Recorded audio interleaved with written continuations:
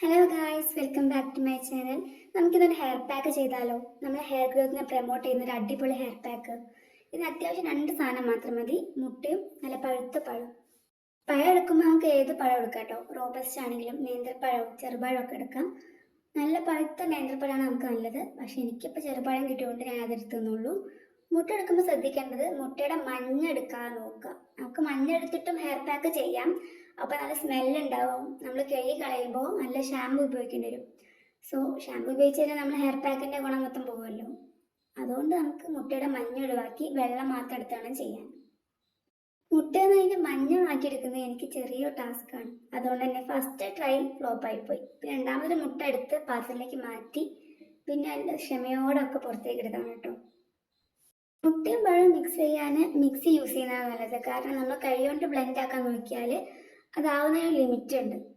അപ്പോൾ mixie use ചെയ്യുമ്പോൾ നല്ല നൈസായിട്ട് ബ്ലെൻഡായി കിട്ടും. കാരണം നമുക്ക് തലയിലോട്ട് തേച്ച് പിടിപ്പിക്കാനുള്ളതാണ്. അപ്പോൾ നല്ല ബ്ലെൻഡ് ആയിട്ടില്ലെങ്കിൽ അതിനനുസരിച്ച് കട്ട കട്ട പോലെ പിടിക്കും. നമുക്കത് പിന്നെ ഇറിറ്റേഷൻ ആവും.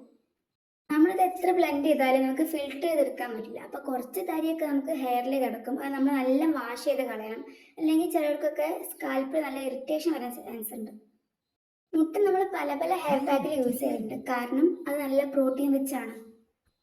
നമ്മുടെ ഹെയർ നല്ല സ്മൂത്ത് ആക്കാനും നോൺ സ്റ്റിക്കി ആക്കാനും നമ്മളെ എഗ്ഗ് നല്ല ഹെൽപ്പ് ചെയ്യും. അതുകൊണ്ടാണ് നമ്മൾ പല ഷാമ്പൂകൾ നമ്മൾ നോക്കിയാൽ അതിൽ കാണിക്കുന്ന ഒരു ഇൻഗ്രീഡിയൻറ്റ് എഗ്ഗാണ്. ഈ മുട്ട ഒരു പ്രോട്ടീൻ പാക്ക് ആയിട്ട് നമുക്ക് ഹെയറിൽ യൂസ് ചെയ്യാൻ പറ്റും. കാരണം അത്രയ്ക്ക് നല്ലതാണ് ഹെയറിന്. ഹെയർ നല്ല സ്മൂത്ത് ആയിക്കൊണ്ടിരിക്കും. സോ എഗ്ഗ് യൂസ് ചെയ്യുമ്പോൾ നമ്മൾ ഹെയർ നല്ല ഡ്രൈ ആവുന്നവർക്ക് ആദ്യം ഓയിൽ അപ്ലൈ ചെയ്യുന്നത് നല്ലതായിരിക്കും. കാരണം ഇത് യൂസ് ചെയ്ത് കഴിഞ്ഞാൽ കുറച്ചും കൂടി ഇത് ഡ്രൈ ആയിക്കൊണ്ടിരിക്കും. നമുക്ക് അത്യാവശ്യം നല്ലൊരു തിക്കിൽ തന്നെ കിട്ടിയത്. അധികം ലൂസായിട്ടുമല്ല. അധികം ലൂസായാലും നമ്മൾ സ്കാൽപ്പിൽ തേച്ച് പിടിപ്പിച്ച് കഴിഞ്ഞാൽ ഇങ്ങനെ താഴത്തേക്ക് ഒലിച്ചിറങ്ങാൻ ചാൻസ് ഉണ്ട്. അത് നമുക്കൊരു ഇറിറ്റേഷൻ ആവുമല്ലോ. അപ്പോൾ അത്യാവശ്യം കട്ടിയുള്ളതിൽ തന്നെ നമുക്ക് അരിച്ചെടുക്കാൻ ശ്രമിക്കാം. ഇത് ചെയ്യുമ്പോൾ മുടിയൊക്കെ 2 ഭാഗത്തേക്ക് ആക്കി ടാങ്കിൾസ് ഒക്കെ കളഞ്ഞ് യൂസ് ചെയ്യാൻ ശ്രമിക്കുക. അതാകുമ്പോൾ നമുക്ക് സ്മൂത്തായിട്ട് യൂസ് ചെയ്യാൻ പറ്റും. മുട്ടയിൽ മഞ്ഞ യൂസ് ചെയ്യാത്തതുകൊണ്ട് നമുക്കത് സ്മെല്ലൊന്നും ഉണ്ടാവില്ല. ജസ്റ്റ് നോർമൽ വാട്ടറിൽ ഒന്ന് വാഷ് ചെയ്താൽ തന്നെ നമുക്ക് തലേന്ന് പോയി കിട്ടും. ഇത് യൂസ് ചെയ്തിട്ട് അധികം സ്കാൽപ്പ് മസാജ് ചെയ്യാൻ നിൽക്കരുത്. കാരണം എഗ്ഗ് ആയതുകൊണ്ട് തന്നെ വേഗം ഒന്ന് ഡ്രൈ ആവും. പിന്നെ അധികം മസാജ് ചെയ്യുമ്പോൾ മുടി പൊട്ടിപ്പോവാൻ ചാൻസ് ഉണ്ട്. 15 മുതൽ 30 മിനിറ്റ് വരെ ഇത് വെച്ചാൽ മതി. അധികം നേരം വെക്കുന്നത് അത് നല്ലതാണെന്ന് ഞാൻ പറയുന്നില്ല. കാരണം എഗ്ഗ് ആയതുകൊണ്ട് തന്നെ നല്ല ഡ്രൈ ആവും.